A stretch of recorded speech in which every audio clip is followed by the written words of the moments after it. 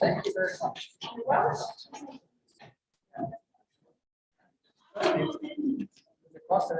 Hi, Edmund. Hello.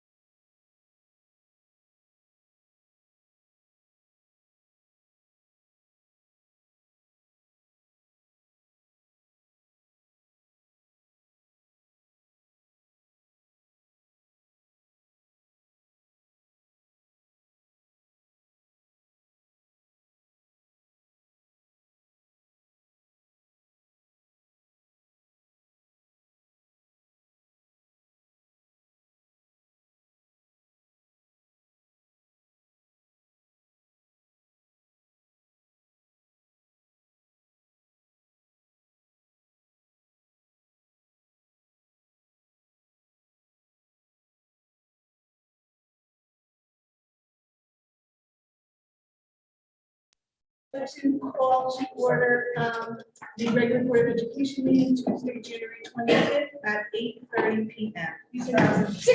6:30. Sorry. The United States of America, and to the republic for which it stands, one nation.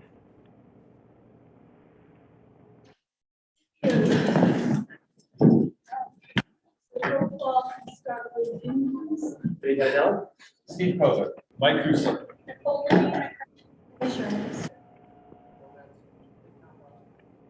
Lizzie Castlot. Kelly Castlot. Yep. Hi, Shell. Hi, everybody. Are there any amendments to the agenda? So I would like you to, why don't you do the, sure, motion to approve the Board of Education minutes, January 11th, 2022. Second. Any changes? Yeah, I have discussion. For board members present, Shelley arrived at 7:05, and Steve, I think it's like 6:45. And then Steve can't be present and absent at the same time. The attention. So we need to take the board member absent out. Yeah, okay. On the send it back to Jen. Yeah, I can send them back.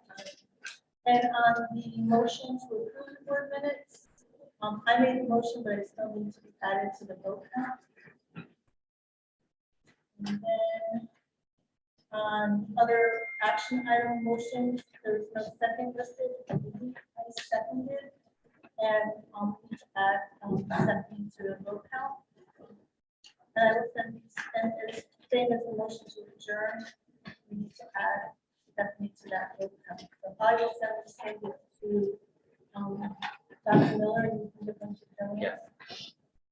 Okay, so obviously we're not going to pass those. So do we just, Could have complete them as a motion. okay, and do we have to make different motions?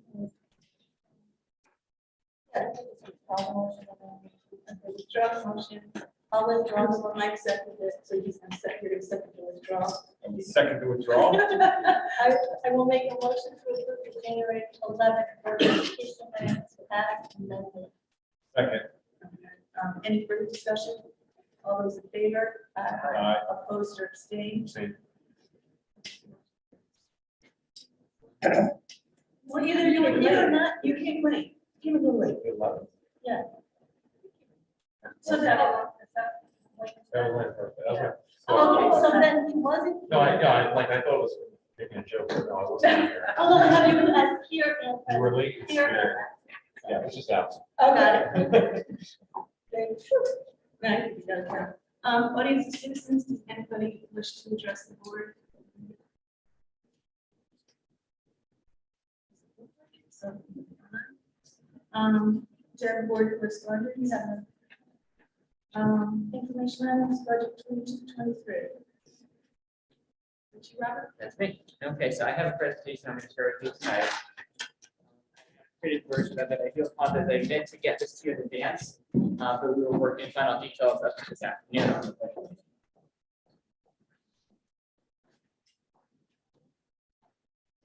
We were totally taking out what we had before, is that correct?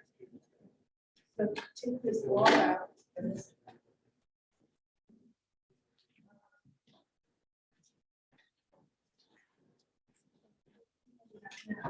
Oh, this is the slide.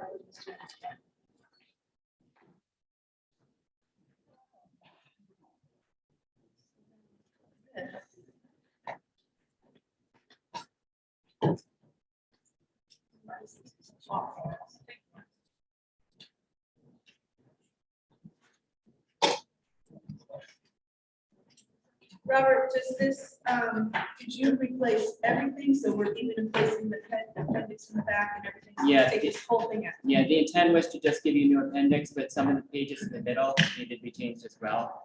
So for this version, we just gave you a fresh new copy of everything. Well, you know what? I don't know one thing right now, but I want to transpose my notes that I want.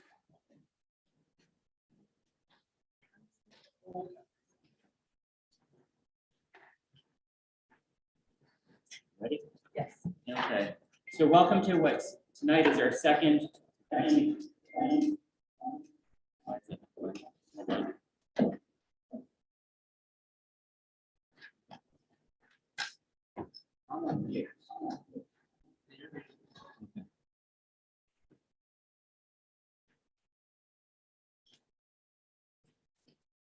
While we're waiting, I'll welcome Edmund as our new board clerk. So thank you for taking this task on, Edmund, and we look forward to working with you.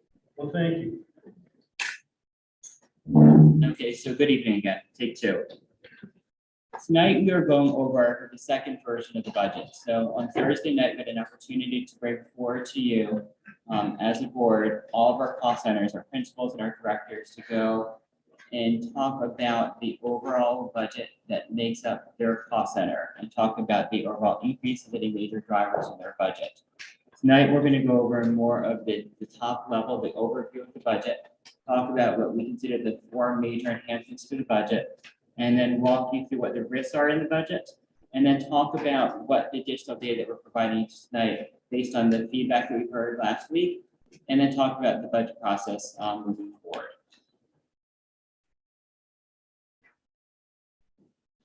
Last week, I mentioned a zero-based budget, and basically what a zero-based budget is, it's starting from the ground up. So it's defending everything that you put into the budget. So we ask the principals, ask the directors, is start with 0, and every request you have a rationale, have a reason why you're adding that to the budget. Don't just say you always budgeted $8,000 for supplies and you're going to budget $8,000 for next year. That's not how it works. The way it works is you actually go in, you say, okay, this is what we need to purchase next year. You're building your budget from 0 up to your request. It creates a sound budget, and it creates a budget that allows the directors, the principals to actually work off of a plan for next year, because there's an intended set of purchases that you've built the budget around. We've also attempted to build the budget around student learning. What I mean by that is we looked at any reductions that we could take outside and around the classroom, not in the classroom itself. That's the last place that we would find a reduction. There's always sometimes we need to cut down at the instructional level, but that's the last place that we look in building this budget. We also recognize that there is an achievement gap in students with special education, and we have one of our main investments in this budget is an enhancement to our special education program. And in a minute or two, I'm going to bring Tracy up, and she's going to talk more about that enhancement that we're looking to do. And then our budget philosophy is, if we're trying to add anything to the budget, we need to find cost savings or efficiencies to help pay for that. We can't just keep adding to the budget year after year. We need to find every efficiency we can in order to maximize reductions in one place in order to pay for the investments elsewhere. So as a summary, we're asking for $33,118,182. That equates to just over $970,000 increase in terms of the percent, and that's the magic number, it's a 3.02%. To give you an idea of how we referenced other towns, in our immediate surrounding region, they're ranging everywhere from a 2.4 up to just above the 5.0. So we're right target right in the middle in comparison to the other towns right here outside of Oxford in the Valley area. Outside of our immediate area, there's budgets that range in the 2 all the way up to 7 or 8%. So we believe that we're presenting a very fiscally sound, responsible budget for the Board of Education to consider over the next month and a half.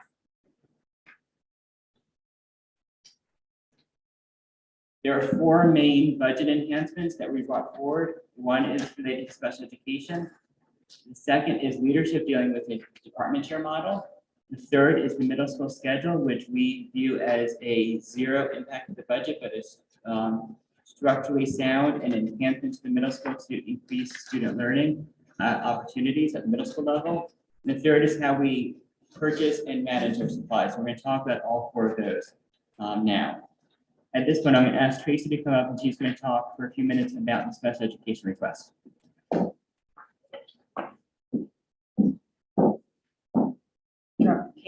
It's not like candy. Not my candy either. Hi, everyone. I'm gonna lower this bed. Okay, so last week, when I was here, I talked to you and shared some information about the rising numbers of our students with specific learning disabilities and dyslexia, and shared some of the service hours that we currently have by building, by grade.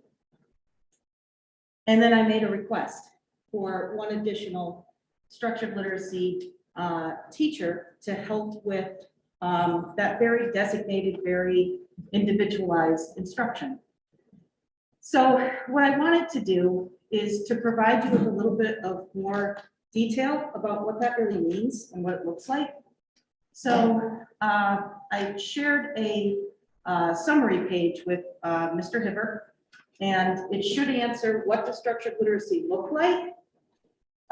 It gives a little bit of explanation about the State Department of Education and the Dyslexia Task Force, as well as some compiled data from 2020, 2021. So I wanted to be able to give you an idea of progress that kids make. But it's important to recognize when we look at the data that it should be over a year's growth of time. And students enter and exit at different time periods during the year, depending on what skill set they're at and what progress they've made. So we did ask our teachers that, that do structured literacy with our students to take a look at last year from September through June and to earmark those students that were part of the program and to provide some specific detail for you. So what you'll have is a summary table by elementary and secondary. And I can explain. That's on page 92 in your budget. Thanks, I didn't know what page it was on, sorry. So I'll give everybody a minute to get there. I think it would be great too if this could be shared electronically, because I did include links that kind of give you know, a perspective of Wharton Gillingham, as well as what is structured literacy and what should it look like. So what you see at the bottom is a table that describes elementary school as well as the secondary schools. And by secondary, I mean Oxford Middle School and Oxford High School. Okay, elementary targets Quaker and Great Oak. Now at the elementary level, they do 2 assessments for pre and post data. At the elementary level, they use the core, and then they use a Fontes and Pinnell, which is a reading level benchmark program that takes a look at readability level, reading accuracy rate, and it gives a graded quiz. So the other thing that I asked them to do is analyze from all of their IEP goals and objectives, how many students mastered, meaning 100% of the goals and objectives. So they gave me that data too. At the secondary level, they use the Galaskel-Ellis and they use the QRI, the Qualitative Reading Inventory, and they measure similar skills. So really, they're measuring for sound, they're measuring for reading, and they're measuring for spelling, both the core and the Galveston Lowest.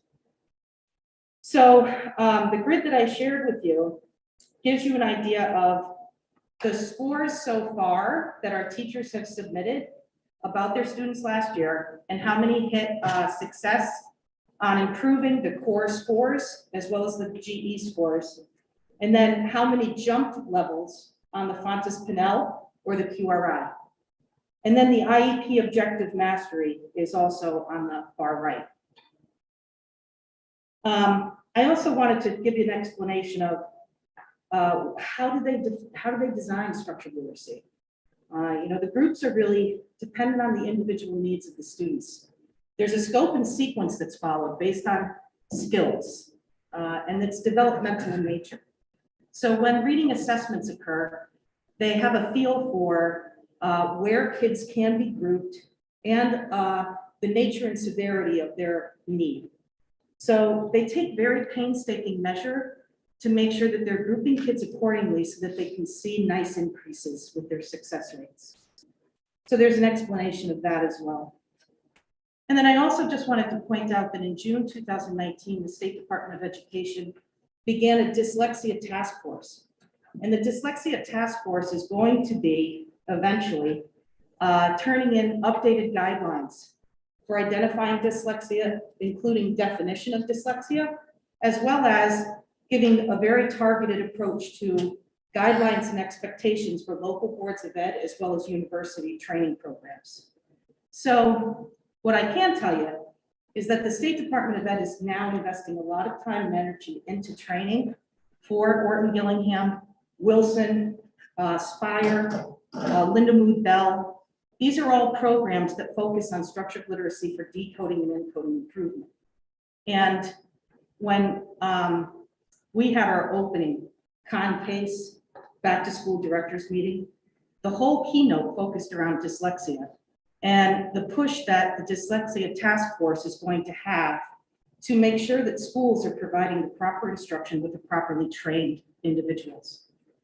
So that's definitely something that's going to be up and coming. Now, the request for the one-on-one reading specialist is going to be earmarked for Oxford Middle School. And the idea there is if I can have a reading specialist begin to take on some of the structured literacy groups at the middle school, then I can take one of our current Oxford Middle School special education teachers, and I can really have them target the expansion of our ABA program that we have currently at Quaker. We do have 3 students at Great Oak Elementary School, 2 students that moved in last summer that are on the autism spectrum that have a high level of intensity and need.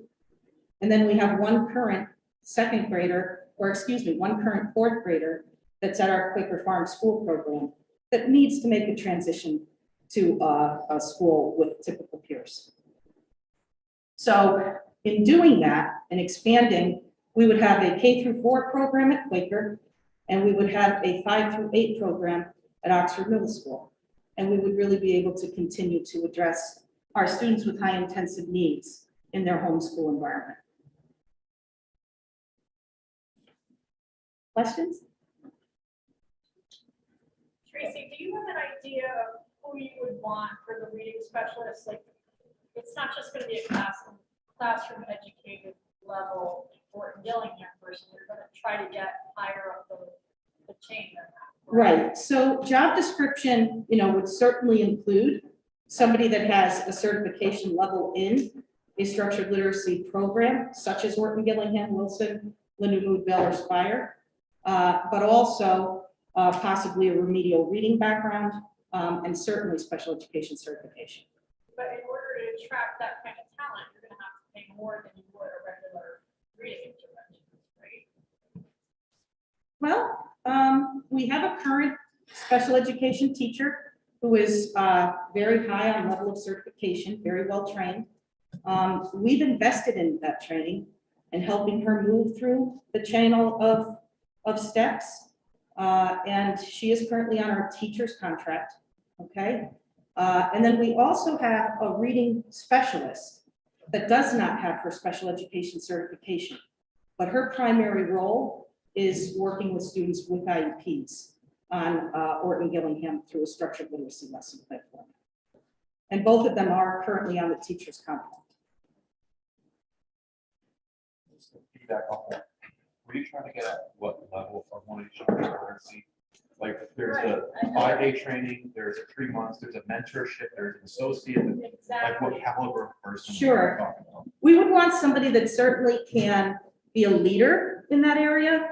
So across the district, and I can certainly provide that information for you too. I need to update it for this year because we have others that have gone forward with additional steps in the training. But we have people across the district, some that have the 30-hour initial training, some that have the 30-hour plus the coursework, which is another 30 hours beyond.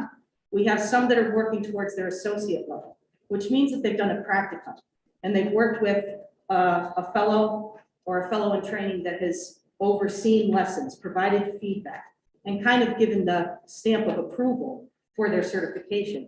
And then we have some that are working towards their certified level. Now, within a year and a half, those two individuals that are working towards their certified level will be able to train in district. And the intention would be that all of our staff entering that are reading interventionists or special education teachers will start that training and continue the training to really move forward and advance most of our staff. I will say that I have, the State Department of Ed offered some grant funding that I have earmarked for Orton Gillingham practicum work. So we have teachers and reading interventionists that do SRBI intervention that are signed on for advancing to the next step during the summer or the early fall. I'm just trying to learn more about, the increase in autism and also dyslexia. So after our last meeting, I tried to do a little bit of research on it, and I see that it is increasing. And I would think, maybe you can straighten me out on this, I would think the pandemic, the masking, and some of the things that we have done, surviving and stuff, has led to some of this, because you can't see a person's face. And some of this is learning how to get along with a peer, reading over the ABA program. So some of these things, how quickly can we reestablish some of those things with the student? But some of it is induced by us, I think. I guess you could say otherwise. Because I would think we would have a spectrum of form of dyslexia, because I read it's like 100 layers of it now. It's not, Tom Cruise sees everything upside down. He wants to jump out of the airplane. It goes down, maybe he can't spell. Yeah. Okay. Yeah. So as we keep getting finer and finer and finer, when does some of that shift over? Because we have Hoover. When do we shift that over to the normal class to help the student? Because some of this might be just 3 years of not being social. That's a really good question. And I think, so that's the thing with identifying students that need that type of intervention. It's not a sustainable level of intervention through the years. So there is kind of a level of intensity that does eventually, with the right intervention, it closes the gap. So with that said, there is kind of that gradual release to the general education setting once people have moved through that scope and sequence. So I agree, we're looking at certainly a level of intensity that's very targeted, very specific, very time consuming, but the outcomes in a year or 2 years or 3 years, usually the scope of sequence on level and intensity is a 1 to 3 year process. By the time they've reached that 3rd year process, Vic, what you see is that there also becomes a learn to compensate as well. So students receive that intervention to learn the skills to better be able to read but they also start to learn as they're moving on and becoming more independent, they start to learn those compensatory strategies. So they're learning assistive technology tools to better help them access curriculum. Because somebody with dyslexia has that identification, that classification for their life. And it's not going to go away. With good intervention, they can function and do very, very well. But they also have to know tools that help them be able to be more independent. So as they grow with maturity and they learn those compensatory strategies, then there is kind of that gradual release back to Gen Ed. And a lot of that is them understanding themselves as a learner and becoming more self-aware. And you mentioned ruler, it does tie in beautifully to ruler, for them to be self-aware, to make good decisions, to be able to seek and self-advocate. So it really does tie in really nicely. But just quick, how many students do we have now? And what do you project for like 3 years hence? Because my big concern is, damage that we've done in these last 3 years. Hmm. So somewhere in your feelings, you got to say, well, this is going to increase at a lower level, more students that need some kind of specialized learning. Yeah, that's a really good point too. What I think is what I think you're gonna wind up seeing is for the past 3 years, the district has really pushed and dived in full-heartedly to good, dedicated time to structured literacy. Whereas before that, there really wasn't a dedicated block towards, that very targeted type of instruction, which is very scientific brain-based. So what we see is a high number of kids at the middle school and even a pocket of kids at the high school.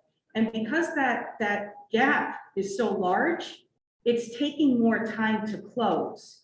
But what I think you're going to see, like with Quaker Farm School, these little guys are starting that intervention so young, they're probably going to move through that scope and sequence, and the remediation will be relatively low time period in comparison to some of the other kids that maybe are at the middle or high school level that maybe didn't have that level of intervention.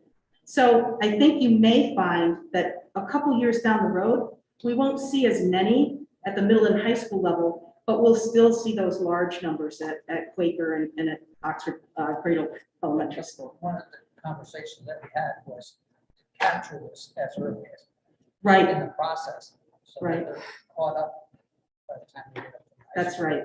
And some of the challenge that we have now is that there wasn't a strong program at the early elementary school level, which is why we have such a high need now in middle school. Yes, And we need to address that now in the long term, now that we've got a strong program in elementary school, that should lower the number of students when they get to middle school, that will eventually do that. So to summarize it, 2 things. One, we kind of created part of the problem because of the pandemic. And 2 is that we're looking at it earlier. So we've got a lot more focus on it today than we would have. And we know, we're aware of what we're going to be facing. yes. You would project students coming in with a lesser degree that can go in and out and get back into the classroom. That would be the hope. And I do think that the pandemic, I mean, as you bring that up, the pandemic, as far as early intervention, was that SRBI intervention, I think that was really interrupted in many cases. Not to anybody's, of course, nobody's ill intent, but with the interruption in time, it certainly played a factor. I do think that many of the referrals that have increased our identification rate have come from school-based teams, not parents. So the schools are seeing, that these students are really struggling with what they're doing in the classroom. Thank you. Any other questions for me? Thanks, Tracy. Thank you.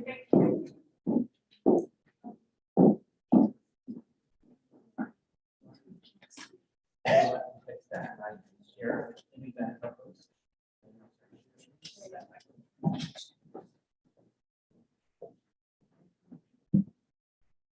At a momentary pause while we give the screen to the remote people as well.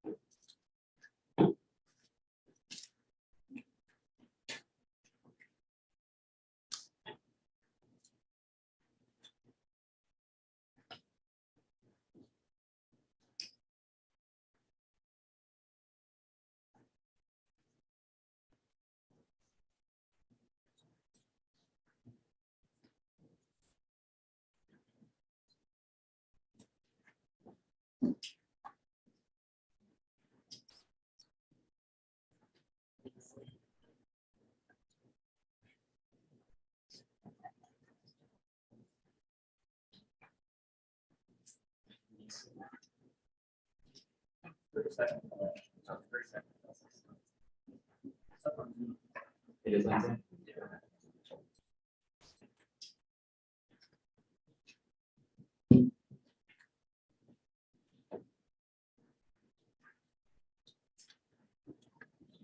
Okay, we're gonna continue now, so it should be on the screen for everyone. Okay, so thank you, Tracy, for the update.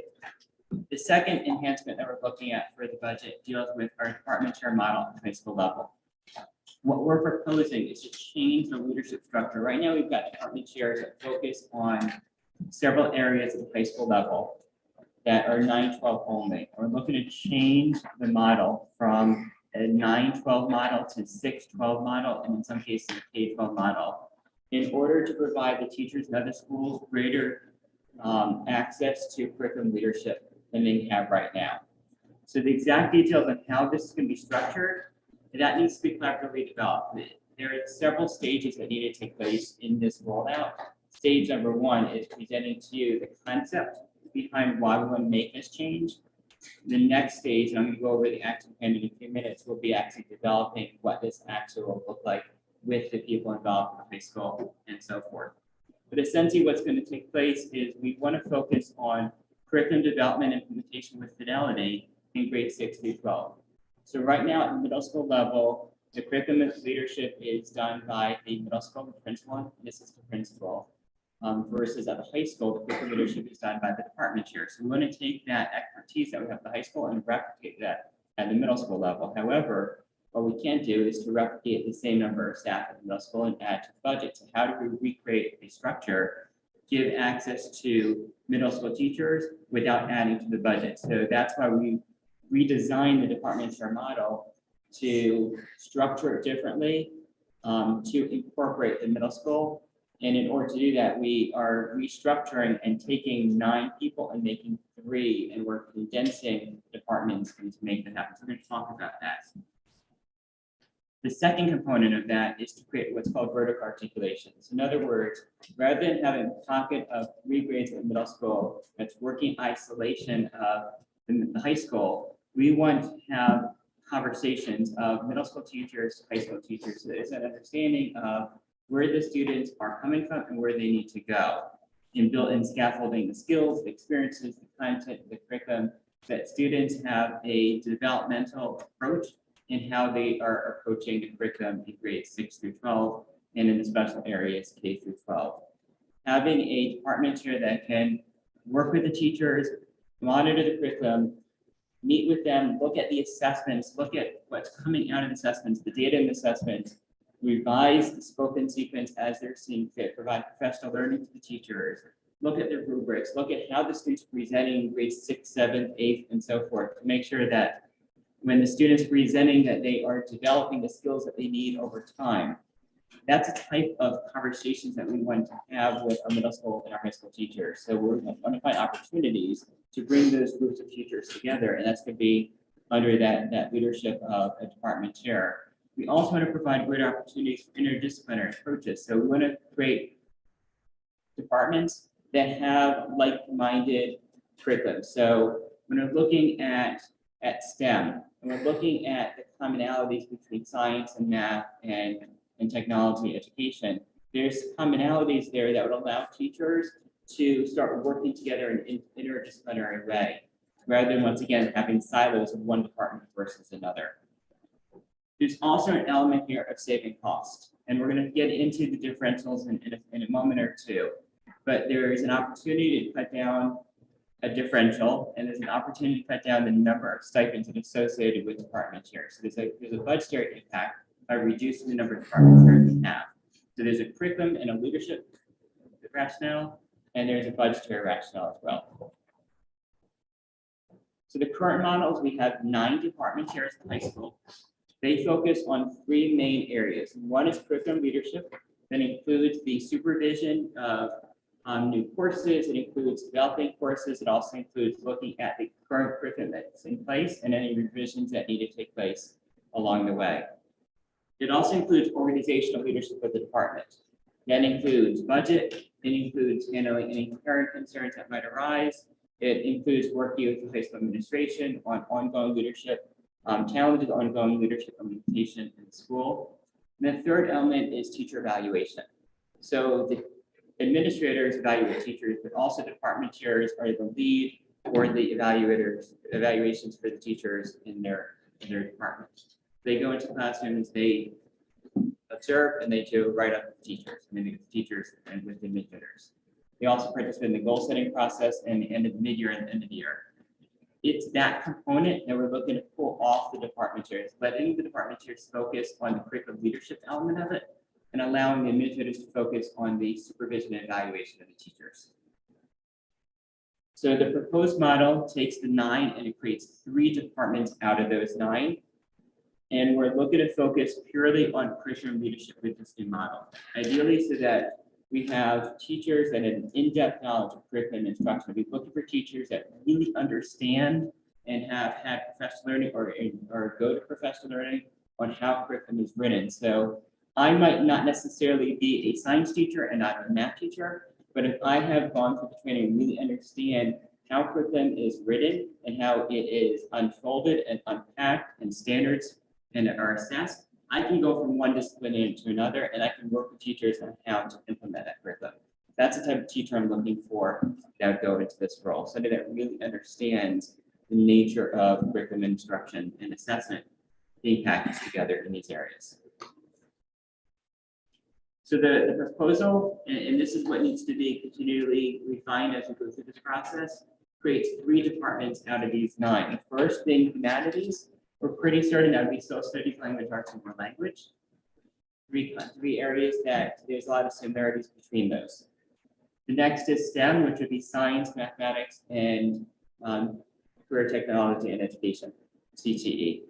And the third is the one that we're kind of unfolding a little bit more, which is unified and special education with an element of SEL and SRBI in there. And that's one because there's less teachers involved, would be more of a K-12 feel. And the way this is being viewed, the curriculum leadership is what expands beyond the scope of the high school. The traditional organizational elements of the department chair is what would still remain at the high school. The element of the curriculum leadership of making sure curriculum is being developed and being implemented with fidelity, and there's articulated conversations that expands out together with other grades. So the question is, if we pull the evaluations off of the plate of the department chairs, we move it off to the administrators, we're providing too much for the admins to do. Well, it's a very good question, so we look at the data. And right now, the middle, so the high school principal and assistant principal, those are the primary evaluators for 10 and 11 teachers each. And the department chairs help assist with evaluations with other teachers in the building. When you take a look at the Quaker Farms principal and the Great Oaks principal, each of those currently right now evaluate 24 and 23 teachers respectively. So when you take the teachers in high school and you pull out some special areas, that would become 20 per administrator at high school. So when you talk about equity, we're asking the administrators to another building. It's not that much far off filter for what's currently in place in other schools. You've heard me mention differential several times this evening. What a differential is, the differential is written into the teacher's contract in the collective bargaining agreement. And what that says is I'm a traditional teacher and I am not a department chair. I'm assigned 5 classes. If I'm approached by administration that there is a need to cover another class in the building and it's under my certification, I can volunteer to say, yes, I'm going to teach that class. It allows us to staff that class without hiring another teacher. By contract, we then need to give that teacher $6,000 for the course of the year. The semester course is $3,000. In some cases, for various different reasons, the teacher might leave in the middle of the year. It might be a need to cover part of the year. Then you prorate that differential. So this current school year, they've been accounting for 9.5 differentials. That equates to $56,185 that we pay to teachers that are above the contract, that are above what they are at the salary given because they picked up a 6th class. And if they're a department chair where they are contractually getting to teach max of 4 classes, if they pick up that 5th class, then they're given that differential. How many classes are there in a day? It's an 8-period rotation, but not all 8 classes meet every day. And if there's a block period, there's far less than that. So if each teacher is assigned 5 classes, what are they doing for the other 3 periods? So one of the periods by contract is a planning period. And then most teachers are provided at least one duty, or they're provided one duty during the day by contract as well. And typically you'll see a class dropped in their rotation. I'm sorry, I didn't hear the word. They're provided one what? A duty, so it might be a study hall, it might be covering a certain area in the building. They're basically, All right, thank you. you're welcome. So the goal of this is to, one, eliminate these differentials or minimize the need for differentials. And if we release 6 department chairs back to scheduling, it allows the high school to put 6 teachers back in rotation and not need 6 differentials based upon how this rolls out. So it gives greater flexibility for the high school to staff those classes without having to rely on paying extra money to these department chairs or another teacher to pick up a class that we were not covering. Once again, department chairs are released 1 additional class a day. So we're cutting down the number that would be released and putting it back into the rotation. So part of this is from a curriculum standpoint, to strengthen and maximize curriculum leadership beyond just the high school. And part of this is from just a fiscal perspective, makes good sense to save some resources. A, cuts down the differentials, and B, cuts down the number of stipends that we need to pay out for department chairs. Now, the exact structure, we'll get into that in a moment, but it requires us to have some hard conversations with students along the way and put some caps on the number of sections that we can have based upon enrollment. So for example, right now we might run a class with very low class size. We might not be able to do that in order to maximize and cut out some of these differentials as well. So what's next? There are 3 elements to this stage. One is at the board level. I'm presenting to this concept to the board, A, to find out from you, does this have any fee? Just something like this, is this a model that we have support from the board to continue exploring to roll out? I'm presenting this. If you were to say to me, you know what, this is not something that we think makes sense, we go back to the budget, we put back in department chair stipends, and we don't move forward. But if we get a nod from the board, you know, this makes sense for us to continue this work, there are then 2 stages that we need to do. The second stage is to find out from the high school what teachers, department chairs, administrators are working collaboratively with us to fully develop this model. So in other words, take the full department chair model now. What are all the things that every department chair does? How does it line up with the new model? Where are some gaps that we need to troubleshoot, and how do we develop that? The second element is it changes the stipend that a department chair has. So we're budgeted $8,000. This would require us to then sit down with the Teachers Association, along with the board, and develop a new MOU, a memorandum of understanding with the Teachers Association that changes the teacher department chair stipend from $5,000 to $8,000. Now, that becomes a negotiating point. We might end up with less, we might end up a little bit more. And we need to still tweak this model. So one of the things that I've been talking to the department chairs as a possibility of is if we go through this model, one of the things that we might do is to lower the department chair possibly that's a $7,000 stipend and have a lead teacher in each discipline that's still the lead content area that's working aside with the department chair, not released from the teacher schedule, but still having a content person that is working with the department chair at the high school level, provides some curriculum oversight. But overall, we need to develop that financial structure with the association and the MOU. So that's the 3 stages that we are at for this implementation of the department chair. So we're right now at the concept stage to see if we have buy-in from the board before we proceed with those other 2 layers. But from a budgetary standpoint, we budgeted for this model. If we get inclination out of planning out of our next stages that this is a no-go, we need to go backwards, change the budget to reflect that. Okay, so I'm trying to envision myself as a department chair. Presently, it's only high school, right? Mhm. Yeah, so, and there's 9 of us, now there's going to be 3 of us. Okay, 3 of us are going to go down K to 12. some. 6 to 12 and then 1 K to 12. Okay, so my scope has increased as to the knowledge I need to have all the way down the stream, structuring, Yeah. scaffolding down, I guess. would be the term. And so with that, how is that, I'm assuming that the department chair is going to come from the high school. Presumably so, but we need to find that job description. So I'm sitting up there at the high school and I have this stream of 3 schools. Okay, now they're close by. How does that all fit into 6, the schedule that I have, the number of classes that I have as a teacher in addition to that? How do I fit all that in? Right, so we'd be eliminating or cutting out of it, don't forget, there's 3 tiers. One of the tiers that department chairs do right now is evaluations. We take that layer off of their plate in order so that they can do this curriculum work. They have 4 classes that they teach. So the other 4 classes are not teaching, frees them up to, for parts of the day, where they can actually either virtually meet with the teachers after middle school, or they could then actually schedule on a rotating basis to get over to middle school to work with teachers that way. That's some of the finer details that needs to be worked out for the plan. But they would be going from 8 to what was 6, so they'd be going from 6 classes down to 4 classes. No, 5 classes. They have, right Five now, is the not- department chairs currently have 4 classes, they would stay with the 4 classes. And presumably through this model, we wouldn't be asking to pick up a differential, which would, they wouldn't have a 5th class. Okay.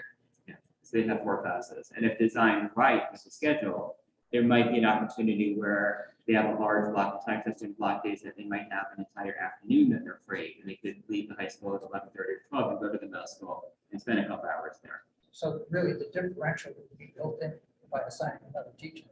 You have the differential, you just shift the block around. And there's not a need for the differential then.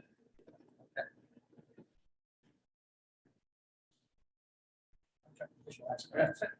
Fine. But I think it's good. So I appreciate the out of the box thinking on this.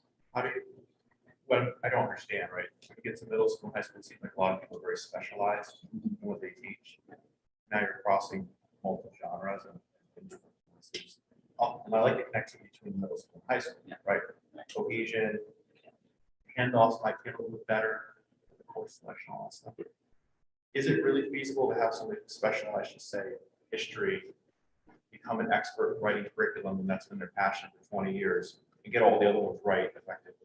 Because you're not asking, it's a very good question. I'm not asking that person to be the curriculum writer in that content area. I'm asking them to be the person that really understands how curriculum is written to then facilitate that process with the teachers that know that content. Or your project manager in that sense. Essentially, yes. And I understand probably, I'm guessing, right? So some chair roles might be a little more intensive than others. Yeah.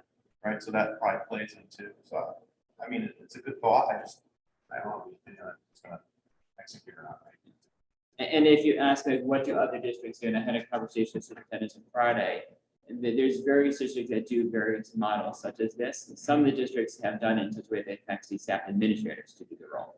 Other districts have it where it's a department chair, there was more periods and some are less, but there's various different components of it. But having a concept of a 6-12 department chair is not a unique concept, it is something that's done out there.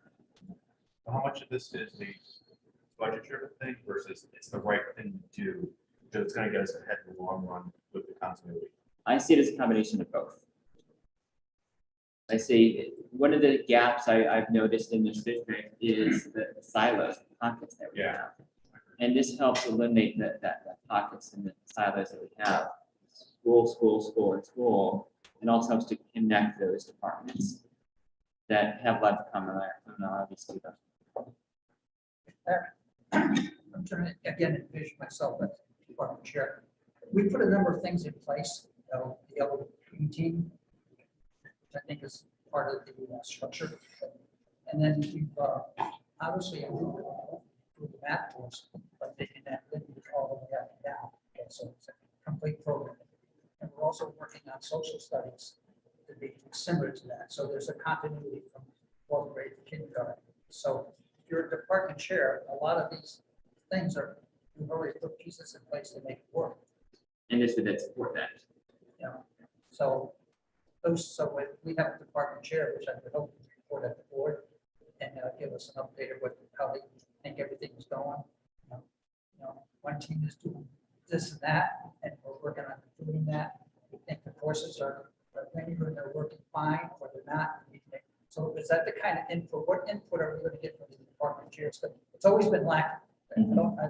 I've had one department chair for 4 years. So this would be like a major improvement. And we'd have to talk about that structure, because ideally, right now, in the job description, the department should report to the director of construction, who then reports up to the board level. So we would then talk about structure and format of how you want information presented to the committees and to the board. Practices in other districts that are somewhat similar to this model. Do you know of anyone that is actually following this model? Actually, just check, look and see how they're going with it. Yeah, as I said, there are some that have the combined STEM and humanities. Some have not figured out how to include more languages in there. Some have those STEM coordination 6-12. Some have done it with administrators and some have done department chairs. It's a variety of mixes out there. So there's not really a school district that's doing what you're thinking you should do, that we can kind of check out and see how their curriculum is and see how the process is working. Not in front of me. I'd have to do more research on that. Yeah. I can give you one, Milford. What's doing They do it with administrators, that? Okay, thanks. And that's a larger district where they're able to do much that. larger district, yeah. What do you mean they do it with administrators? They have, More administrators as opposed to. department they have chairs. more administrators, so the department chairs are themselves, but they have administrators that oversee STEM and the different breakouts, almost very similar, But they have the department chairs as well, because they're a large district.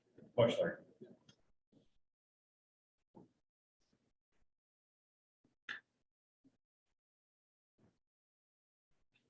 Any other questions with this portion of it? The third area of focus is work that was done at the middle school level. Back at the beginning of December, I was approached by Sylvia, principal of middle school, that she was exploring the concept of a new middle school schedule, but didn't know whether or not it was possible, with the goal of increasing the opportunity for students to select more course offerings, add in a library into the school, and provide greater opportunity for students to engage in wellness, physical education, and health. So I authorized her to bring in a consultant who was an expert in middle school scheduling. They worked in December and she came back to me about a week and a half ago with the results of that work. And the results of that work was a redesigned concept for a middle school schedule, which would basically create an A-B day. So it's a rotating every other day schedule. The concept is to take the 6th grade, take 2 teachers out of that 6th grade teams. One would become the librarian in the school, who is that person who's currently certified as a librarian, and take a 2nd teacher and create a computer science course that would feed into the middle school computer programming classes. Increase the art options that students have that want to take art for 2D, 3D sculpture. Increase music with general music and course. And get most of the students that are left in the building that are not in both band and course to be able to take physical education and health as a wellness course. In past budgets, were we phasing out the librarians? 2 years ago. Why are we adding it back in now for the middle school? So 2 years ago, we phased out the librarian out of the middle school and the high school, primarily for budgetary reasons. And we're trying to add it back in here because from a curriculum standpoint, where the students are lacking instruction from an information literacy perspective, we're creating a library that's not even being used right now in the middle school. So when Sylvia approached me on getting a library back, I said we can do so. We can't do it by adding anything to the staff perspective. We need to figure out how to make this work with the existing staff. So from it's actually embarrassing that we don't have a library in either the middle school or the high school. So this brings us back to a level where it should be at the middle school level. It's just an observation, and I'm just throwing this out there. You know, when I look at and I'm not saying these bullet points are in any particular order, but to me, districts engaged on ELA, math, history, and science. And I'm not saying that any one of these things are not equally as important as others, please don't read into that, but I would think that those would be leveraged first and mentioned first, you know, as a district priority. It's just my observation. I'm just, as stuff's thrown into it, it's just to me, you know, those are the things we're really valuable. Everything that we talk about math coaches and everything else. It's just an observation, you know, when I'm presenting material, well, if those are the priorities, that's what I think resource wise I'd like to see mentioned first, just like that first. It's a very good point. This model is not impacting, taking away from those content areas whatsoever. Those are being reserved there. This is adding additional components to the building to provide students a little bit more options for the course that they're taking outside of the core area.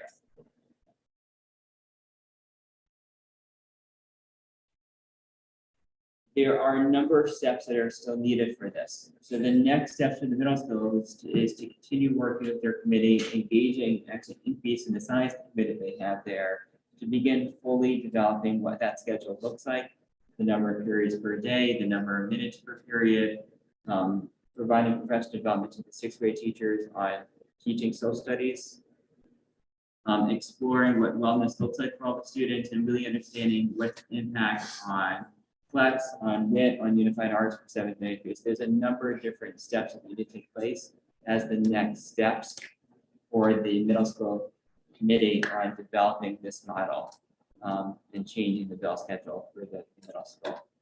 Once again, the net impact of this budget is essentially zero. It's a $4,000 commitment for the personal interest course, the library and teaching, which is a capstone like project that is similar to what we've done with high school with Ed Advance. All of this we need to go through the curriculum committee. We'd be making the proposals to the curriculum committee as courses and the schedule and developing the curriculum, and it would eventually come back to the full board for approval along the way. I did ask Sylvia to be here tonight. If there are any specific questions that you'd like to ask her about the schedule and the changes that we proposed in the budget itself. I don't know who I direct the question. It goes off of what Joe had to say. My question is, when I look at the data and test scores from last year, and I know that they're not as conclusive, but I'm curious to know, you know, as we're moving through, as we're getting evaluations, have we made progress to right the ship in terms of the math and ELA areas? Because this looks phenomenal. We're trying to grow the arts aspect of the middle school, which maybe is lacking, but I don't remember the test scores indicating that we were deficient in those areas. And I mean, I'd love to do everything, but it's one of those, have we righted the ship in terms of started making the progress, getting back to where we need to be in the core areas that, I mean, by and large, that's how we're measured, and that's, you know, when the kids move forward, you know, as many art programs as we can provide them, it's great. But they have to have the core competencies in the ELA and the math, and that's, at least that's the concern. I think Joe shares it as well. And I wasn't sure if the test scores are starting to show that we're back on track, so now we can invest in other areas. Well, we provided that we did the iReady assessment data in the fall, or in the middle of the heritage now, for the winter. We don't have yet the data to analyze the impact of the fall, the winter yet. We did iReady testing last week, and we're doing makeup this week, so we should have data ready for this growth from fall to winter in a couple weeks for the February or I don't know what it was before. But I think what's important to think about is that we are not touching or impacting the core courses. So the tested areas of science, ELA, and math, the core curriculum and our responsibility in those areas is being maintained. What we keep hearing for our students is about voice and choice in the areas outside of their core areas. So they will go to their science class or math class or ELA class or social studies class every single day for the same amount of time that they are currently. What we're looking at is to increase the voice and choice in the other times of their day. Where right now, if you compare us to middle schools around the state or the country, we do have a dearth of offerings, right? Our kids just sort of march through, you know, basic art, or they're interested in band or chorus. And so what we want to do is we want to expand that. And in that way, we will be reinforcing what happens in the core areas. Because adding a library media specialist, right? We want that person to teach digital literacy in the 6th grade to all of our students as an elective.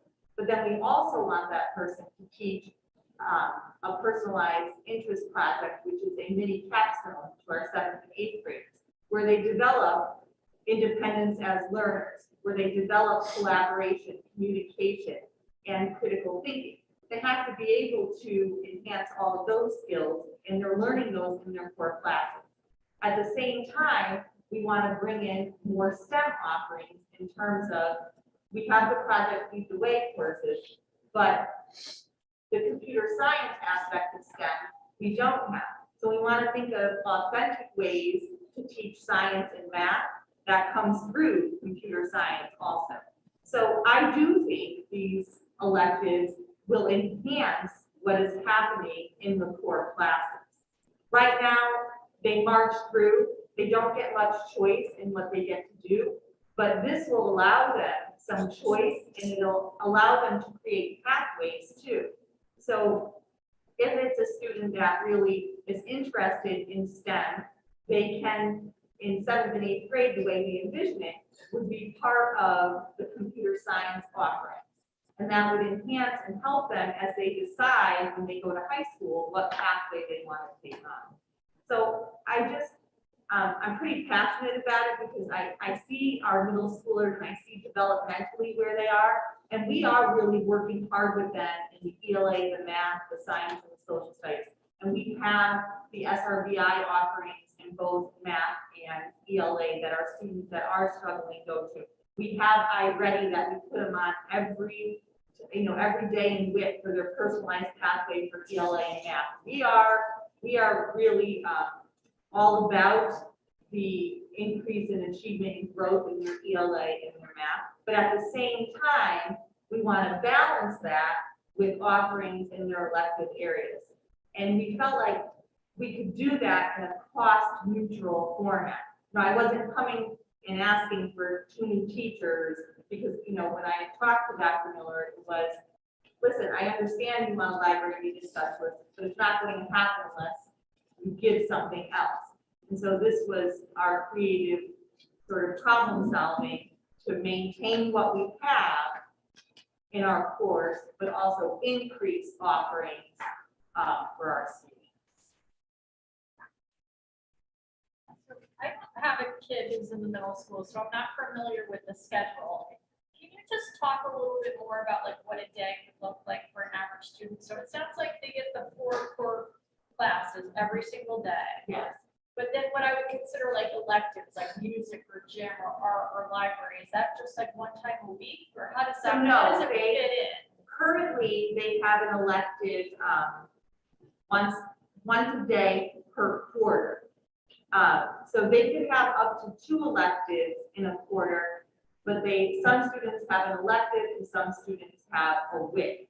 Some students have 2 electives. I don't know what it So a is. WIT it's called whatever it takes. It's a period in the day where students, they can have structured study hall, they can be pulled out for SRBI services, they do their iReady there, they can be pulled for resource time during that. So a typical day, so I'll take you through a 6th grader's day. A period, they can have WIT or a special. B period, they go to a core. C period, they go to a core. D period, they go to either a special or a WIT that period. Then they go to lunch. And E and F, they go to 2 more cores, and then it's the end of their day. What we're proposing is only an A-B rotation for their unified arts. Their core classes are still every day at the same time. But in order to increase electives, we would have those courses, instead of be by quarter, they would be by semester. So that it increases, it gives more slots per se for elective areas for students to be able to pick from.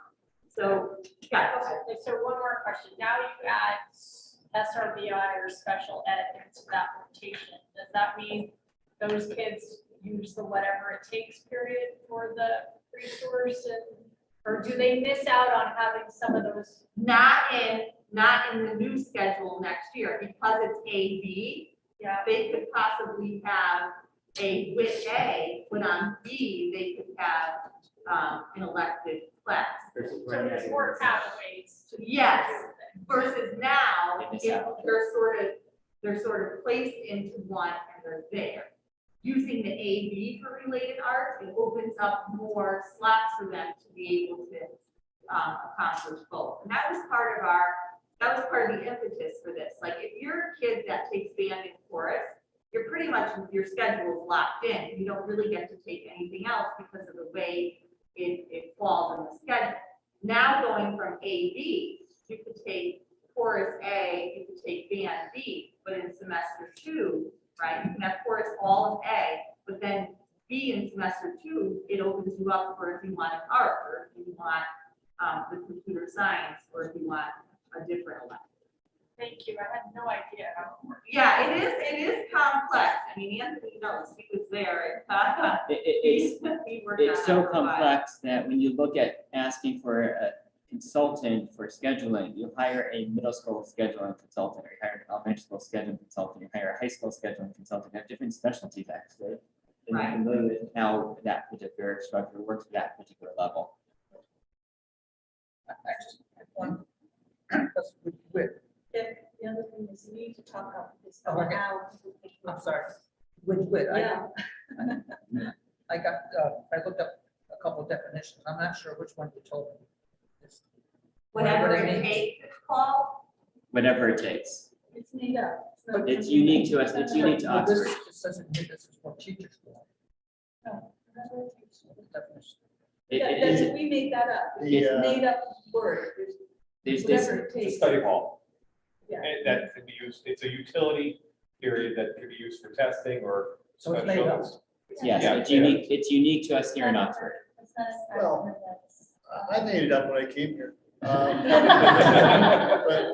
I made get- up the the- vernacular. Yeah, let them talk about it, but whatever it takes to help the kid be successful. This is a time period where there's 4 core teachers, English, social studies, science, and math, don't have a class to teach, they're teaching with. So if the kid needs help in any of those, they can go see these people. Even if you're assigned to the social studies teacher, you can go see the science teacher at that time they're available. So the problem, as it was mentioned, and Sylvia is trying to correct, is that if you're a special education student, your resource class would be during one of these 2 specialty periods. And therefore, you do get, and that's always been a problem. So you don't get to access some of these electives. So they're trying to make a situation where you can have your resource and take PE and have health, etc. So a lot of the kids in resource don't go to WIP because that's when they have the resource class with their special education. And right now, because of the way that the schedule is designed, not every student is able to enroll in health and physical education. This is going to increase students to be able to actually enroll in this class, which is an important class for students to also engage in.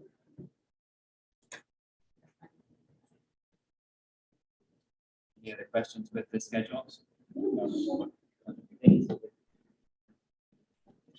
The 4th area of enhancement, it deals with instructional supplies and office supplies. This is a complete change in the model of how we organize ordering the supplies for the schools and how we maintain inventory and how we supply the schools. So I'm going to let Anthony speak to and address the change in the model for this.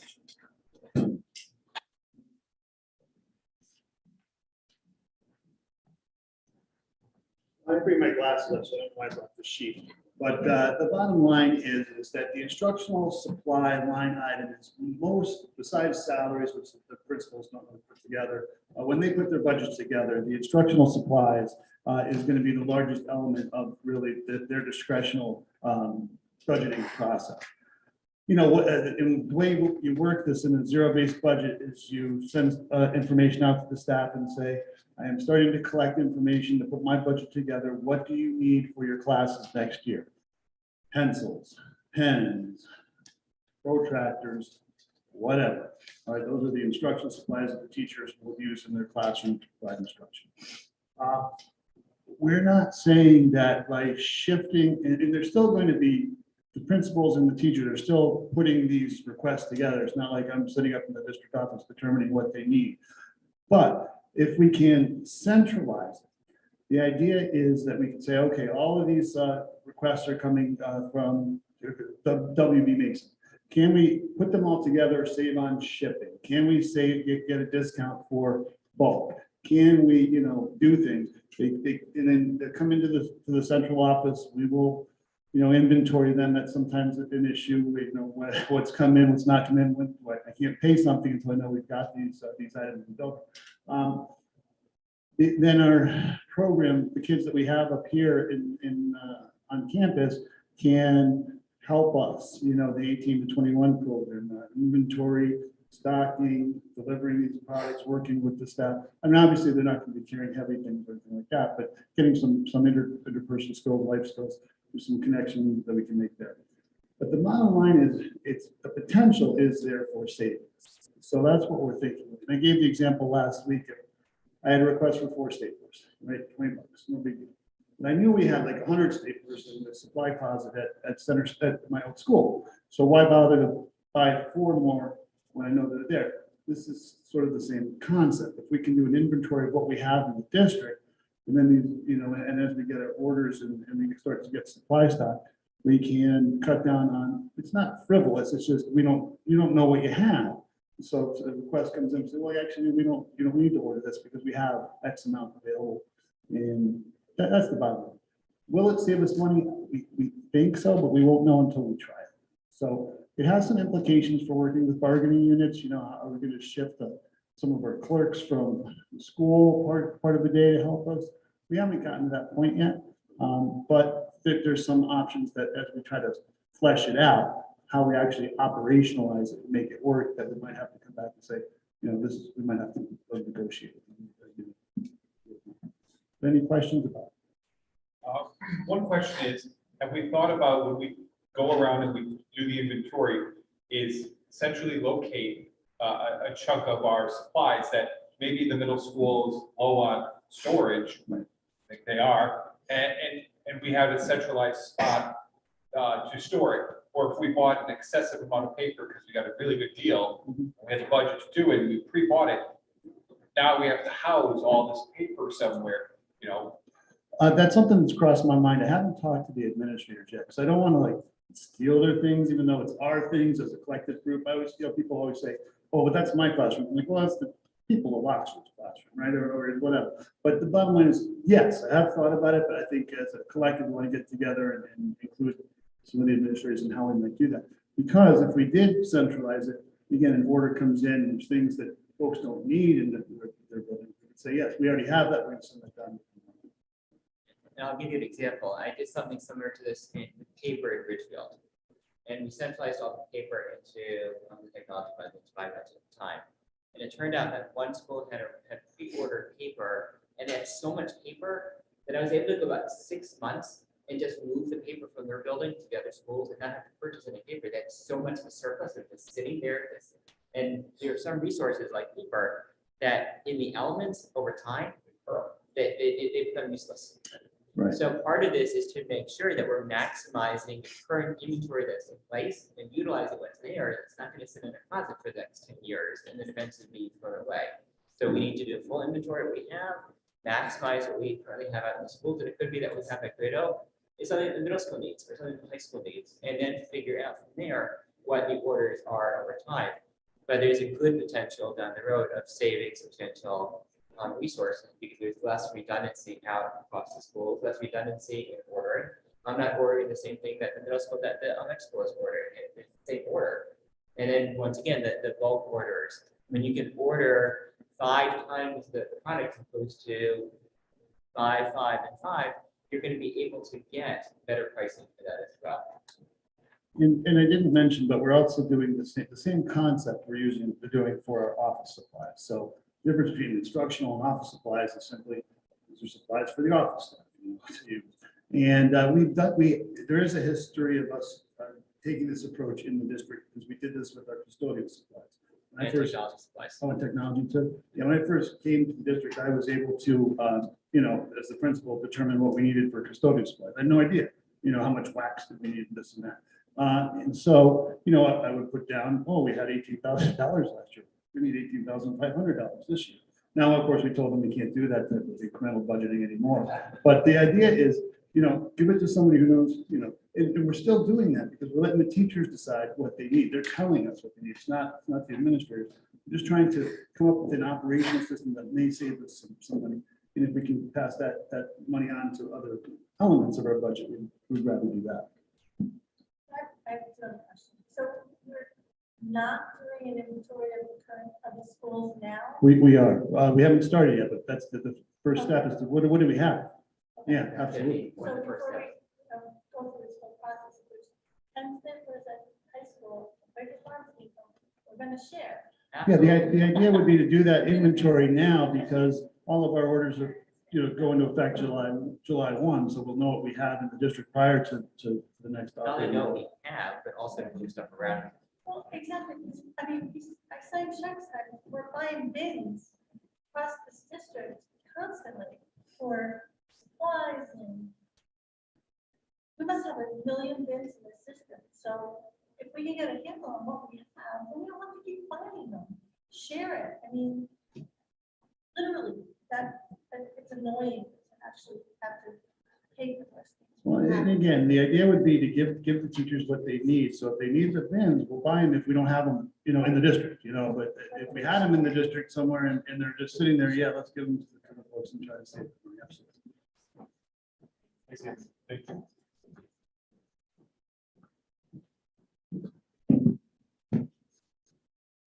Every budget, when we develop a budget, has risk. And the question of risk is what's our risk tolerance? And there's 3 main areas that we projected into this budget with risk. The first is enrollment. You'll find in the packet, both in the Great Oak section, we identified cutting a teacher in 5th grade, as well as the enrollment later on in the appendix. We pay an outside organization, NASDAQ, to an annual enrollment study for us. They project that, they look at the historical data, they look at projected people moving to town, new homes, and such forth.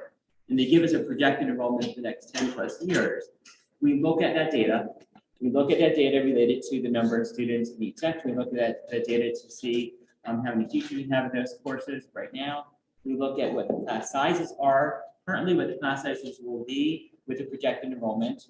And we project how many teachers that we need to stay in the class size in that range. I know that some of my colleagues here, right over, are here because they're concerned that we're projecting a reduction of 5th grade teacher for next year. We're doing that because the enrollment is indicating that the class size for 5th grade is going down by at least 15 students based on the enrollment study that NASDAQ did for us. Historically, they're pretty accurate. However, this year in kindergarten, they projected a decrease in enrollment. And we saw a spike in kindergarten, so much so that in August, we had to hire a new kindergarten teacher because class size was going to go up. That's a risk. So we're projecting 5th grade to go down. We're projecting us to be in a range of 22, 23 students for a 5th grade class.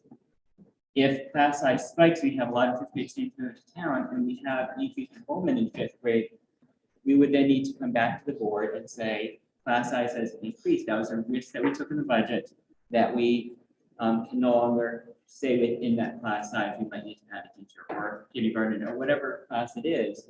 That's a risk that we build into the budget based upon the projections that we have.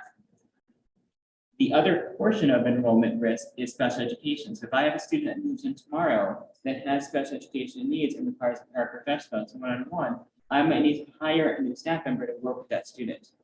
Or if that student comes in with an IEP that is outplaced out of the district, I now need to absorb those costs and now pay tuition for that student to go out of district, pay for transportation out of district. Either of those cases could be 50, 60, $100,000 that were not budgeted. So enrollment carries a risk.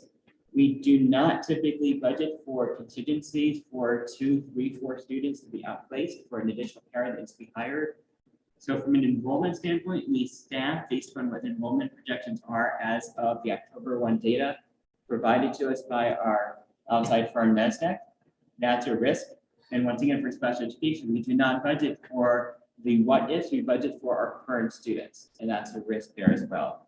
From a substitute perspective, we took a huge risk for this. We looked at the data for this year, and we looked at the data for last year. We do not have substitute teachers that are willing to work for us right now. But that's not unique to us here. Every district across the United States is facing the same thing. So we said if we can't find the subs to work for us, we're not going to budget the same amount. We're going to put less money in the budget. The risk is if we have a lot of teachers that are out and subs decide to come back and say, we're ready to work now, we don't have the budget to then pay for them. We would then need to move funds around to then support that in the year. That's a risk. The third element of risk is increased costs. So we reached out to outplaced schools that require special education tuition. We've talked to our transportation providers, the special education vans and cars. We've talked to our insurance brokers. We've talked to our IT contractors that deal with our infinite vision, our finance system, and our frontline for attendance and for IEPs.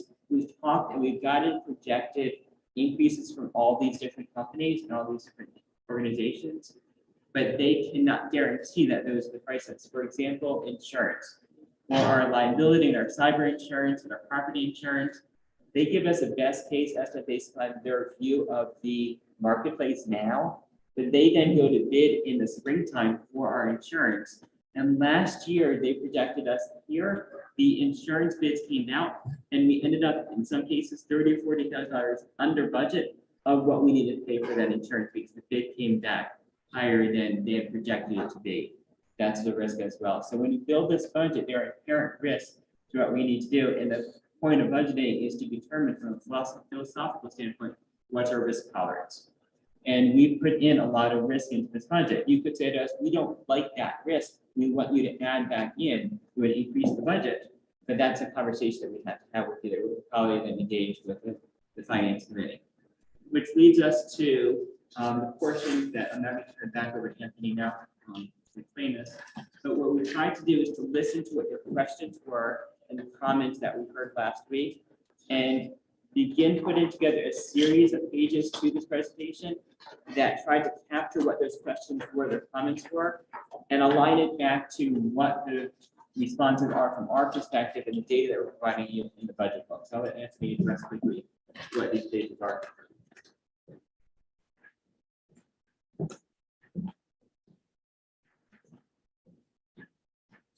Just off of Dr. Miller's presentation and stuff, what is our outstanding legal obligation? So on page 99 of this packet that I gave you, the big one, has our legal obligation as far as also a comparison from last year to this year. Let me just go to that. What page? I think it's 100. I think a lot of Okay, the yeah. page numbers are off. Yeah, that's why we gave you a whole new book. So I'm not going to use the numbers in your presentation. But page 100, you'll see from 2120 what our total legal services were, as well as our defined settlements. And then you have 2122. So that information is just there for you. And that is where we stand right now. And that we will, I believe we'll pay out of this year's budget will be even. I can't promise what's coming down the pike. I don't know that, but I'm not aware of any major settlements that we. Next question was breakdown of paraprofessional hours or assignments. So we did that for the whole district for you, and that's going to be on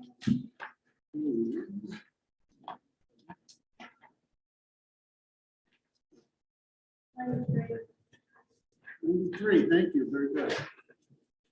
So again, on this page, it gives you by school who the where the para works in They identified students that are with them. And I know it's small. I couldn't get any bigger to fit on one page. I can send you individually the electronic document. You can zoom in as much as you'd like. I can tell you that it was smaller originally and asked to enlarge it, so it's actually better than it was. Yeah, I was thinking of making one for any extra pages that I had, so I tried to shrink it down. But again, it's just the data, and we did talk to our special education folks and the parents, you know, are we at appropriate level of staffing? And they said, yes, and we certainly can answer questions to that, because you may have a question. You know, why is there one identified, student that the parent is working? And there's probably, well, I know there will be a reason that we can explain that to you, because sometimes you look at these numbers and say, well, doesn't make sense to me. And so we can talk a little bit more about that after you get a chance to. This, we are going to want, at least for the finance subcommittee, a deeper dive on this, just to, because it's part of our due diligence. And if, the pressure comes in that we have to start cutting, not that we want to cut anywhere, but if the pressure comes in, we want at least to have a solid base to go, all of our staff are fully utilized before, because if we have to cut and, we have 2 staff members that are at half capacity, not saying they are, but if they were, that turns into 1 staff member. If things, I was just across, that's what I was just saying, that staff in general, and that's just, because when we know how many students someone gets assigned to, it's hard to understand, like, is that a full schedule? Are you seeing them for 1 period, you're seeing them for, half the day, and the other student you're seeing for the other half? Sure. So we're gonna need a deeper dive. Typically, we just see paras listed here assigned to an elementary classroom. In many cases, they're not being assigned as a one-on-one para where they're assigned to that student all day long. The attempt is to put several students that need a para into one classroom and have that para that's assigned to the classroom and support those students that entire day in that one classroom. But we can talk more in depth about that in the finance committee. So any other questions on that? So deeper dive for the different groups. The next one was about the different contracts we have, so I did include that in your group number. $102.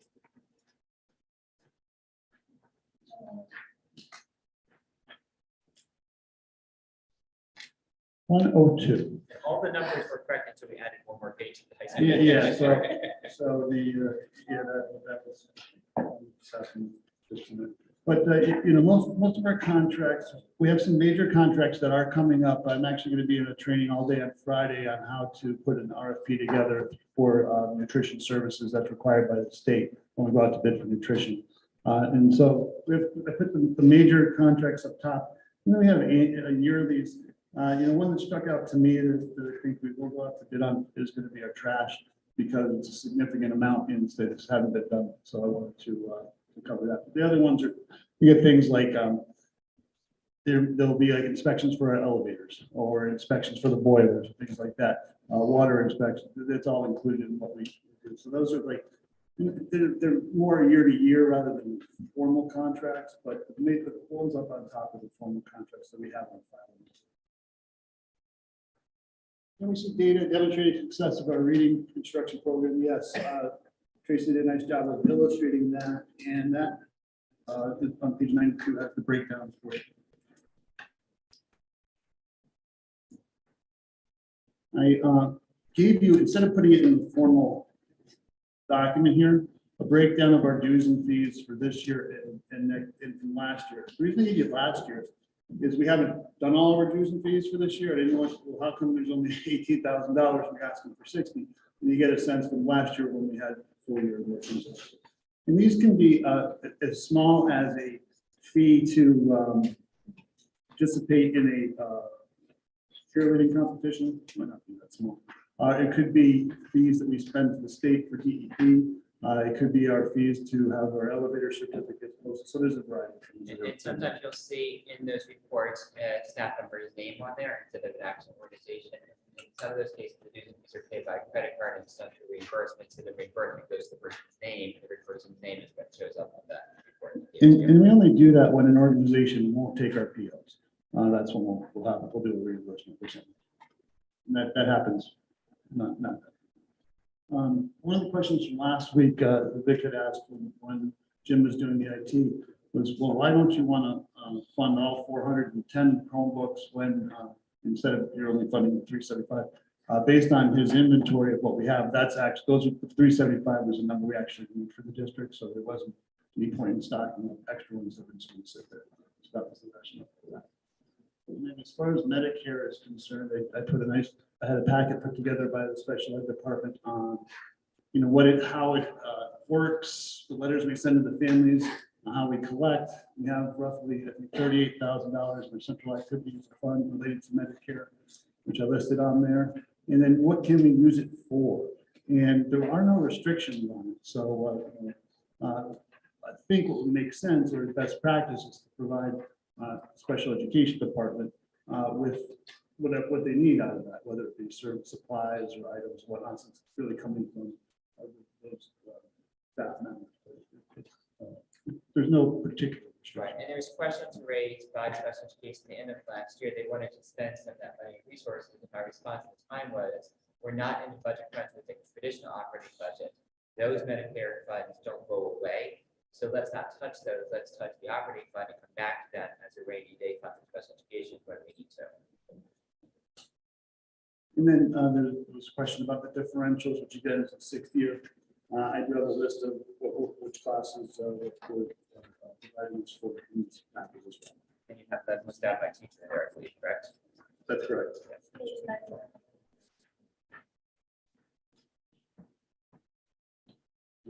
Goes back to the structured literacy program, and are we budgeting sufficiently for oil? That was the question somebody asked, said, and I won't remember say who. You know, what planet is the guy on that put in 7%? That was me, but we have no idea what the oil could be. So what I did is I gave you a comparison in here as if it was 60%, which is totally possible. If Russia invades Ukraine and a variety of things happen around the world, we have no idea where the price of oil would go. If the price of oil went up, so say it was like 60%, we would see an impact on the budget of 0.2%. So, you know, we can talk in the subcommittee about what are we comfortable with. You know, if you want to have a larger increase, it doesn't have to be 60, but you might not be comfortable with the 7% that I did. It's really, at this point, I couldn't tell you. I talked to Jim Lee about the town, you know, he knows more than I do, because he's been doing it for a while. Just to give you a comparison.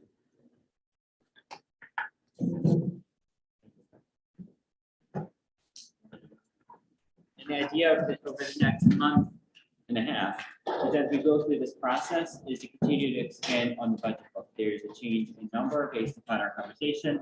We'll give you a revised page. If there's additional data that you want, we'll add it to the appendix. We'll just keep building this book with you as we go. So what's the next step in the process?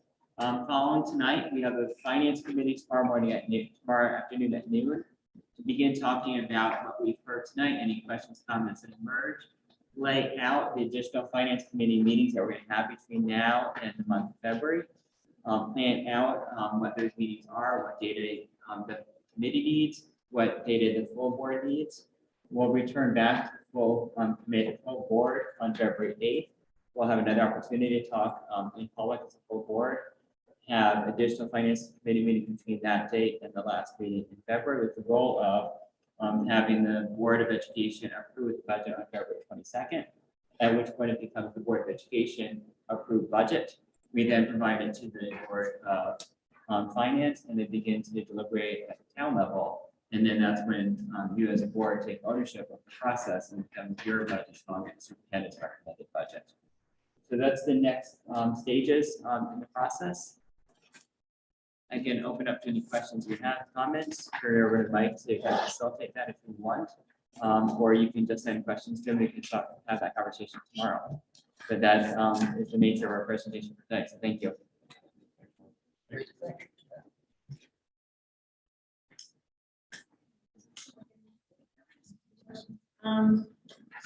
Have a report as well, Robert, or was that your? And that was basically my report. Yeah. I thought there was a bunch. I do not have to, so our subcommittees, Joe, Kathy, you and Anthony Yeah. are tag team. I shared with you, this document here, which is the Oxford Public Schools Capital Improvement Plan. It's a draft. I want just to share this with you to get your feedback over the next couple of days. Thank you, folks. Thank you. Found out the town would like us to submit this to them by the 31st. So we've spent some time putting this together. I'd like to have you take a look at it tonight and tomorrow, take a look at it, get some ideas or questions or concerns, and then Joe, maybe we can get a facilities committee maybe Monday, just to say, yeah, change this, go with this. But the highlight, just so you know, when I first came on board at this position, George took me, first place he chose me was the Oxford High School. And it is really in need of serious work. We are doing some work on it this spring, but it's not enough. The lining needs to be completely redone. The doors are corroded with chlorine, pitted, and really need to be redone. The epoxy needs to be, we're looking at about $250,000 to get that. So the Hibbert Aquatic Center will be looking good in the future. The other thing that we budgeted for throughout these years is going to be the upgrade of the heating and cooling systems at Great Oak Elementary School and Quaker Farm School. And it is a little bit different from what the proposals had been put in place by the town committee. It was really focused on Great Oak Elementary School, which was their charge. But we took a ride out, George Renzoni and George Temple and I, to White Plains High School, which has about 2,000 kids in it. And the units that they had there, we were very impressed with. We don't have a formal write-up from the company yet, but we were estimating about $40,000 per unit per classroom, which would be about $2 million investment over 5 years to get these classrooms up to speed. But we don't want to just leave it there with boilers that are 20 years old. So we would like to also replace the boilers at Quaker Farms, as well as Great Oak Elementary School and Oxford High School, because that is also coming up on the end of life as well. So we put that in as well. The high school, they also have about 15 units on the roof, air handling HVAC system. We anticipate that costing quite a bit, about $1 million. So we'd like to provide that over 3 years. It doesn't, we have to get a crane to do this, so it doesn't pay to do 1 per year, but if we do 5 per year, it's worth having a crane for that. So we put that in. And we already to replace, is it, you did one of the boilers at OHS and then now the other one's going? Is it? we replaced a boiler this past summer. That was the hot water. Yes. Hot water boilers. And so then these are the 2 heat boilers. Hot water to be boiler is the same thing. Well, yeah, Because you boil hot water. in a house, you would be correct. Yeah, and this plan you have in front of you now, for the most part, is the bulk of what we presented to the town last year. If you recall, the town did not fund any of our capital requests for this year. So this is last year's plan, revised with some additions to it at this point. Yeah. The heart of it is what was shared last year. The smallest item is a playground for Quaker Farms, and the reason we put that in is that it's the one closer to the town garage. And that one, the slide cracked, so we tried to replace it. Couldn't because it was so old, the kids were getting hurt on the slide, so we had to tape off the thing, and then we had to take the slide off. So we can't actually replace the parts. Well, that's was, yeah, we put a little bit of extra mulch for them to jump into. Does only kindergarten. So my thinking is, little kids need it. So I'm hoping that the town will agree to that. So questions? Yeah, just a quick question. On the pool, is that been a quote? Sure, because there were numbers floating around like $1 million. It's that pool, right? I asked Joe Stockwell and Paul Maribel to get the numbers, and that's the best guess right now. We firmed that up. Was it a guess or someone professional came in and said, oh yeah, that you're looking at? Right. Was it somebody professional that came in or just Joe Stockwell saying, I think you need $200,000? Yeah. I don't believe anyone's come in to do this. But A pool company come in who services our pool, Yeah. asked him to give us an estimate. His only downside was, he goes, you guys told me this month, go ahead and get it done. He was, the schedule was so far out that you're looking at least 9 months away to get the work done. But he estimated that that's what it would be to drain the pool, trim off all the broken tiles, either one of two things. Replace the tile or literally almost recoat it similar to an epoxy wall, so that the tiles don't problems. He broke it down into what the night board replacement would be, what it would be for the deck, what it would be for the pool. It's probably almost $30,000 for the doors that are all fitted. So he gave us not an itemized, again, because we didn't ask him for Yeah, that's fine. a deep, but we said, look, if we had to replace this, what would be your best guess? Because we got, that is his business. I didn't know because it was 250 to numbers float around all the Yeah, time, I right? don't It's know, like, I don't know anything about going to it. the town, let's go with the right number. The other question I have is, and I know you guys are all just like the whole eating thing at the Brio. I don't really care what the solution is, but I know the air quality at the school sucks. I know the humidity sucks. Why are we not doing it all? That includes, this does include It seems like it was like 5 years, wasn't it 5 years? Multiple years. Oh, right, right. I Why aren't mean, we just banging it out if we're not gonna be ripping apart ceilings and things like that? no, I can certainly, I can certainly put it all up front. I don't know. But I'm trying to make it more palatable. No, I know, but I think we've got some money now, right? I mean, I'm hearing well, numbers. I'll throw a caveat out. I mean, the heating systems will, if COVID funds do come available, and that's something the town wants to tackle with it, that will qualify, probably. Yeah. That's what this qualifies. And then That capital project can probably be done in 2 years. Yeah, and the sad reality is that conversation is around Great Oak Elementary School. Baker Farms has the same issues. Right. The heat in that building has killed us. We had practice tying those units together last year because we can't get parts for these units anymore. And so every year we go, we have a huge risk that we are not being able to fix the unit and it could be faster at any given time. It's all kind of tied together, like, give an example that you have over the summertime in Great Oak, major humidity problems, and it kind of goes away if you get the air conditioning in school and all its classrooms, because they act as a condensate. They will take that air, moisture out of the air. So then that alleviates the worry to have how much do we rent fans and dehumidifiers? We've had dehumidifiers, we've got a TP wire, we've done multiple things just to get, as you said, the building not to sweat. So it doesn't Rock work. secure and not have growth within the classrooms. And, unfortunately, and I think we listed that too, is that towns notoriously, and I don't mean Oxford, in picking on Oxford, but towns notoriously do not put aside money for maintenance on these things. So, here we are, we're in a hole. This is the best plan, I think, going forward to try to get out of that hole, because guess what's coming now? I think Anthony mentioned it was the high school. In the high school, and I look at this, I'm always trying to move forward, and, one of the problems of that school is, I don't want to say we didn't go behind the building yet, but having air conditioning in the gym, and not having air conditioning in the gym seems kind of stupid, because not only do you have sports in there, but there's time to have assemblies in there, and you have all these kids at one spot. In the warm months, you can't really bring them in, So I think that's one of the things looking forward that, rip this off the roof, let's get air in there too, So I just think if that money's coming, I'm totally in favor. I mean, I'm not. Yeah. Right.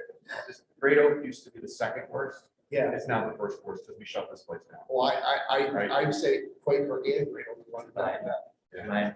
And the sad reality is that the writing is on the wall for high school. Yeah. That we are continuing to see items fail in that building. And I'm scared, very scared about the middle school, because we are beginning to see, after just a year, items break out of warranty a year old. And we continuously have challenges that we're addressing with ONG. And we're only a year out from taking over that building. So that means that we have 4 facilities that we can see rising maintenance repair costs, and it's scary. No, I understand. So I Picking on one school, I know. Of floating these out there today, so you can get some feedback Yeah. to Joe, but maybe we do shift where the years of these funds are allocated to. That's not a problem. I just need to kind of be able to get their, okay, send it over to the town by the next Tuesday. Well, I think this requires a full send it to the town. It has in the past. So unless you guys want to prove it tonight, or come back from a special meeting. before you approve the minutes. I would We kinda think have it's, to- because, I mean, I hate to say it, they're gonna get back it up anyway. Absolutely, but as a board, we have to send it to her and have to vote to send it to her. So I don't know how you guys want to do it. Motion to put this on the agenda. Lay it on the table. Well, this is part of your facility, so you don't have to. Discussion, so your motion is what? To adopt the capital improvement plan. Board. Second. Second. And is there any further discussion or do we do it? Yeah, just another strategic point, right? There could be $4 million or something coming in, right? And like, they're gonna hack this up. My opinion is, I would have gone heavier on fixing things in 22, 23, we might get that much. That's my only point. Because once that's there, that's gone, no more, if we can, just 1 year. So, talk to people like, oh, we might be having some money. I mean, this would be the year to try to go a little heavier, in my opinion. That's all. I mean, I'm not questioning the items, I mean, I'm so broad school now, but I just think. What would you like to add for 22, 23? I think it should be the highest of any of them, quite honestly. Is it to just accelerate? Like, Accelerate. not add to this, but accelerate, maybe, you know. More of something. Yeah, I would go in with bigger acts. Get more of the other stuff, like accelerate some of the meeting and stuff for the schools in. You know, you guys figure out the engineering and all that, but I would just say go with bigger numbers. That's just my opinion. They can always scale this back. They're gonna make money anyway. They have every year. I mean, so we know the pattern, so. And this is the only year we might actually see some real money coming into the township. Yeah, just accelerate it. Well, I like to amend my motion. I like to amend, adopt this plan with the correction. Including the changes that Steve said. Put a, like, some more units in or something to get the number up. Because I don't want to hold Same this thing up for for the another. other individuals. Accelerate a few things in, get the number higher. 26, 27. Sure. Yep, so it basically doubles the first two. Yep. That's my only, but I think it's great. Got that done? I second that. I'll tell them. Guys, killing me. How about entertaining with a full head of hair?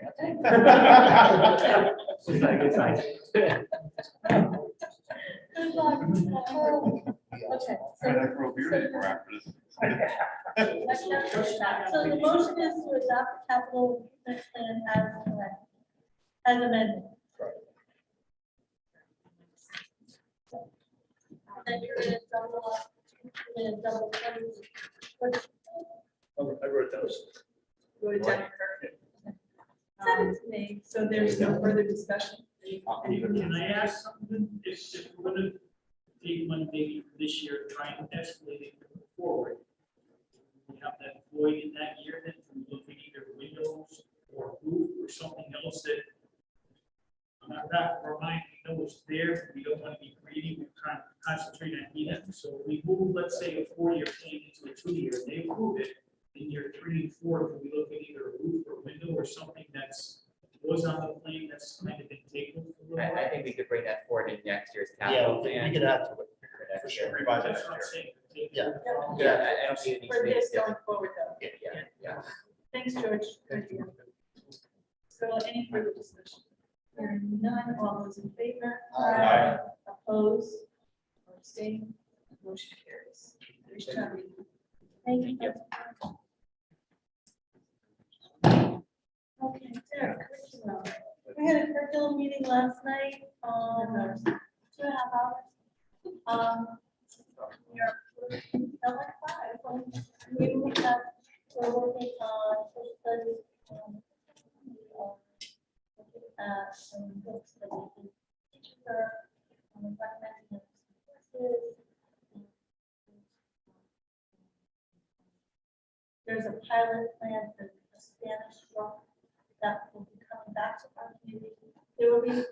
courses that we come for approval. One is a social media course and the other is for jazz. Each table is another class and work on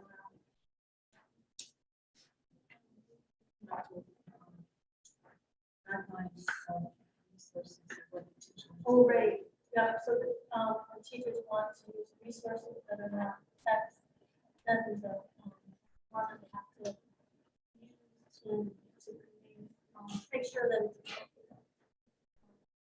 Answers the questions, you know, how this is fit to.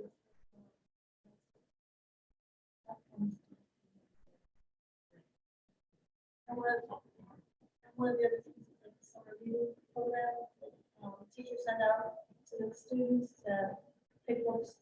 Here's a book I want to read, I recommend this book. We're gonna make sure that they're, that more vetted and age appropriate for the blocks for kids, so. So we'll have another meeting in February, which is back to the night, outside, we're all too tired. But we'll bring our, courses to you guys at the next one. Questions on curriculum? We also had a copy of the new course. That's when we table. Right, we saw the curriculum for the first time, 300 pages of curriculum. Anybody wants to talk about it? Yeah. Policy. All right, so we're trying to fall into a pattern where we're meeting the first Thursday of every month. So the next meeting would be scheduled for February 3rd at 5:30 virtually, if that works for everyone on the committee. I have to check with Rob first. Okay.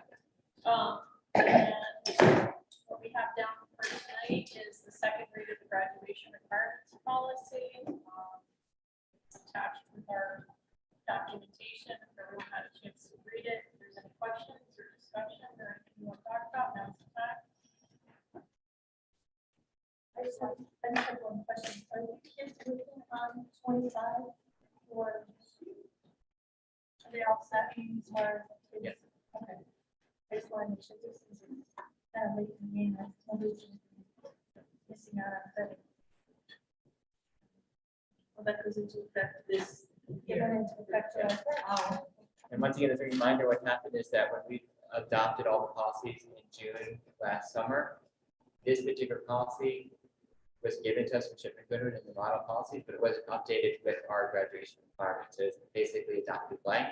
So now we filled it in with what the requirements are supposed to be. So we'd actually have a policy that has the right data in there. So I make a motion to approve the high school graduation requirements. Second. Any further discussion?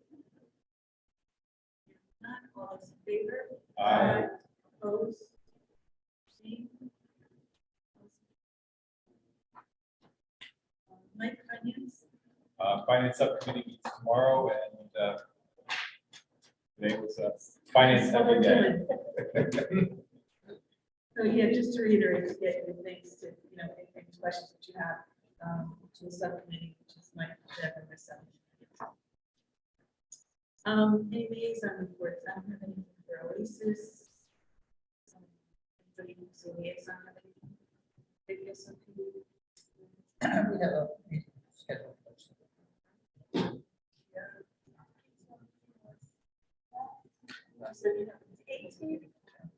Yeah, they have, if anybody has kids in school,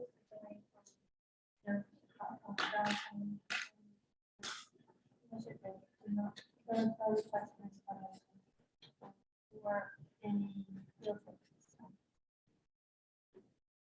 Right, hearing no other liaison reports, then I motion to adjourn this meeting at 8:23. Second. Stop putting that so fast. I'm sure all are in favor, so our meeting is adjourned. For that one. How'd you do, Evan? Not too bad.